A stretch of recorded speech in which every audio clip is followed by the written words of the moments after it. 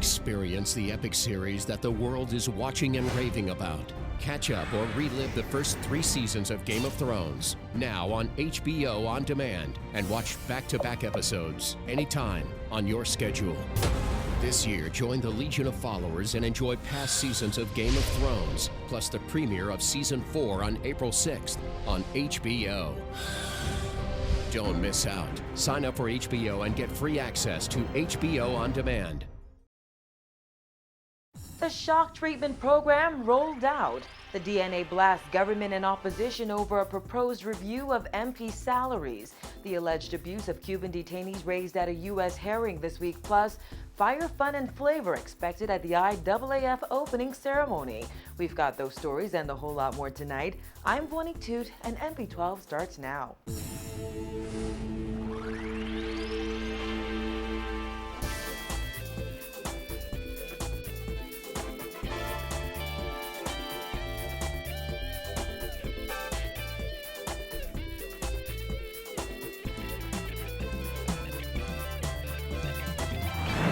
Topping news tonight, more than 24 teenage boys have just completed government's new shock treatment social program. During that initiative, they were exposed to the harsh reality of living a life of crime. Paige McCartney attended the closing ceremony of the 3-day pilot program at police headquarters and filed this report.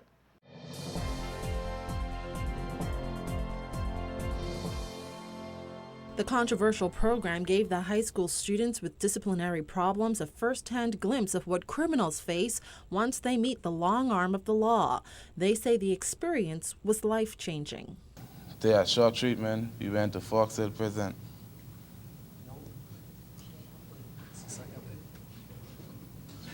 Prison isn't a place to be. Prison isn't a place for a human being. It takes away your dignity, your pride, your health. Ain't a place for human being. Trust me. I see 15 of my friends up there. When we got to visit the prison, I see enormous number of my family and friends. It wasn't nice to see them in that place. The way they was living and the way they got treated. They ain't got no rights. When the prison officers tell them it's time to eat, it's time for them to eat. When it's time for the prison officer to tell them to bed, they got bed. They can't bed when they want to. Can't come over when they want. That ain't a place I want to go. That ain't a place I think no one want to go. So that just inspired me to change and take the right road. So I say thank you to Mr. Carlos here. Prison, you know I want to go there. I saw that. I see all my friends in there. Everyone who I grew up with. Even people who go me up. And I had experience in now. You can't do what you want to do, anyone do it. You can't eat what you want to eat. You gotta eat what they give you. And now they give it, so you gotta take it. You can't say nothing else.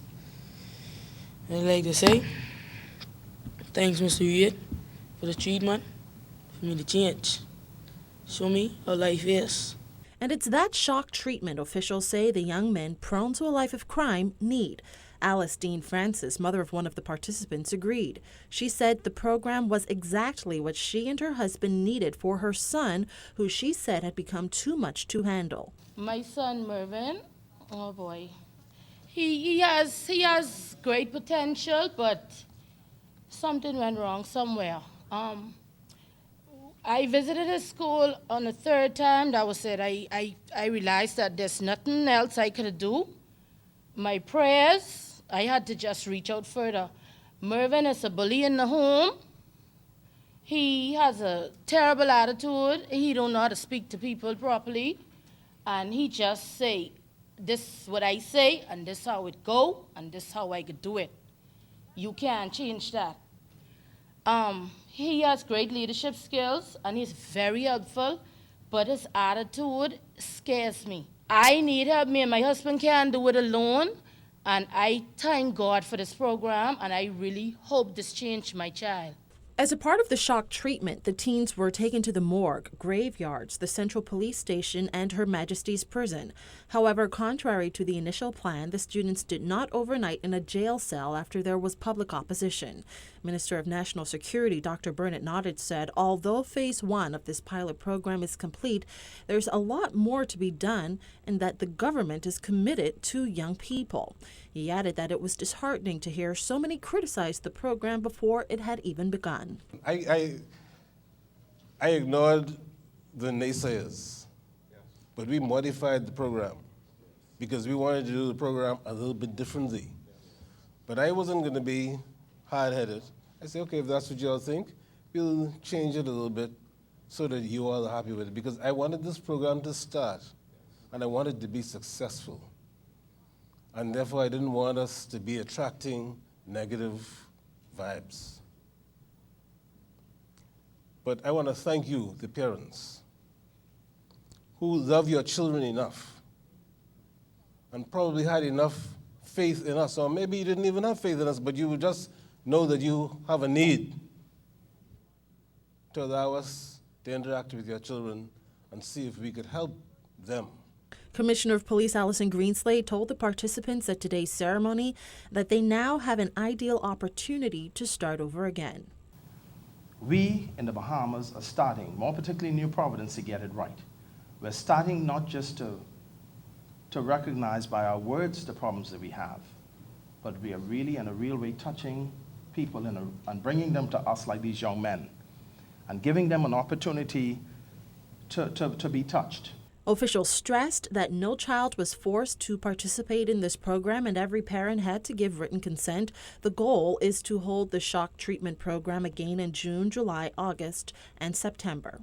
The teens from here will take part in a positive intervention program for the next 6 months where their progress will be monitored.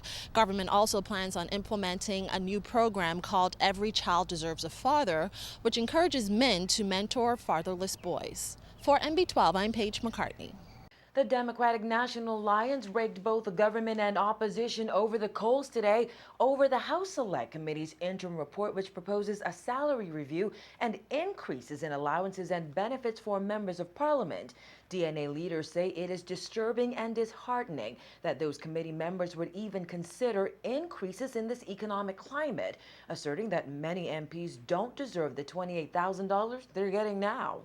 As thousands of Bahamians struggle to make ends meet, DNA leaders say it's absolutely ludicrous and fiscally irresponsible of House members to even hint at salary and allowance increases for MPs. DNA leader Branville McCartney blasted the opposition for agreeing with those recommendations, asserting that F&M MPs should have recommended salary cuts, not increases. They disagree on so many things. But when it comes down to their own interests, they agree on it.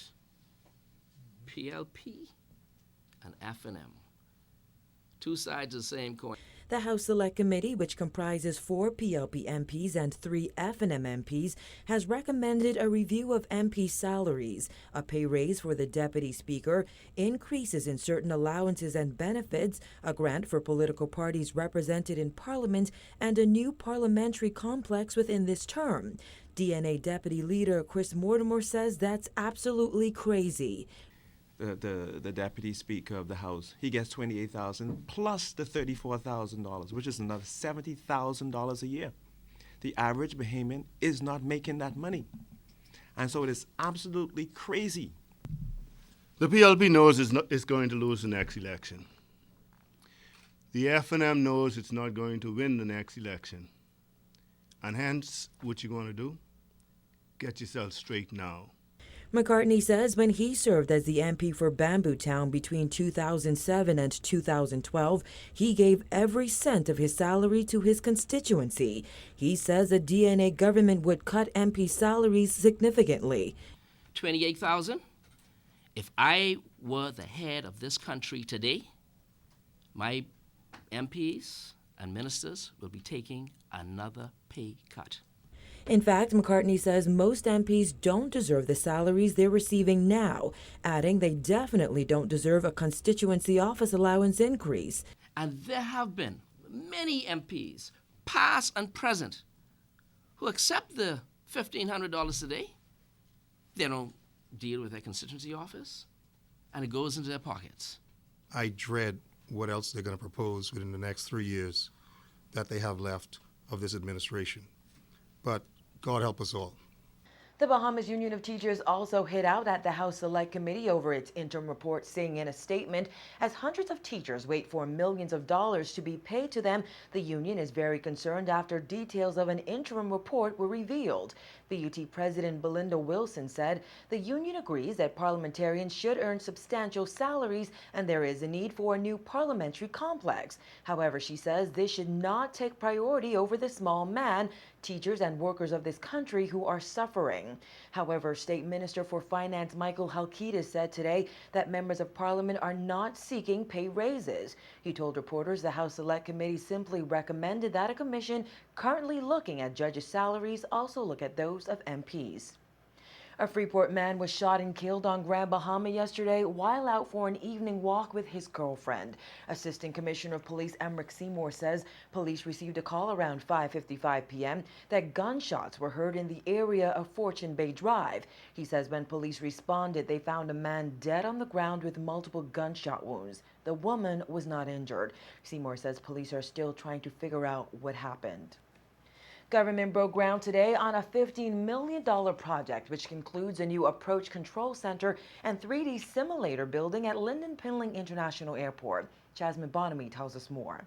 Transport and Aviation Minister Glenys Hannah Martin said her government is modernizing the sector to bring it into the 21st century and at the same time meeting ICAO standards. She said they don't just want to meet the standard, but distinguish the Bahamas through technology and expertise. At the groundbreaking ceremony, plans were revealed for a new radar control building, radome tower, and 3D simulator facility. Hannah Martin revealed it will cost millions of dollars to complete the project. The total of this entire works, this spectrum, is $15 million. The radar cost was $11,812,293.80.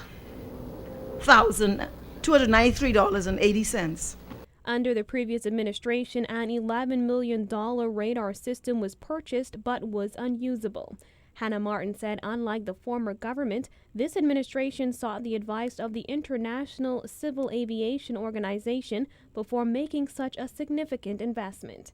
The radar was chosen after an international competitive bidding process went out to the world. We had ICAO consultants. That's different than what we did before. Before the government, not us, purchased an ASR-9 radar, which never functioned. At this time, we decided we would use ICAO consultants, International Civil Aviation Organization consultants, to help us understand what we're doing. When you're spending $11 million in a country like ours, we got to be very careful. ICAO helped us through this process, and we used them as consultants. And we were taught by our prior painful experience. The minister explained that the existing ASR-9 radar would be refurbished and used only as a beacon radar backup system. Hannah Martin added that while the government is spending a significant amount of money, it's an investment that is vital given the current system is 28 years old and clearly outdated. She said work on the project began in April and is expected to be completed by the end of the year. The groundbreaking today is of this approach building, the 3D simulator annex building. The completion date is December of this year. Hannah Martin also announced that the government is about to hire 20 new air traffic controllers. Now officials say the building that houses the old radar will not be torn down, but will instead remain intact. Reporting for NB12, I'm Jasmine Bonamy.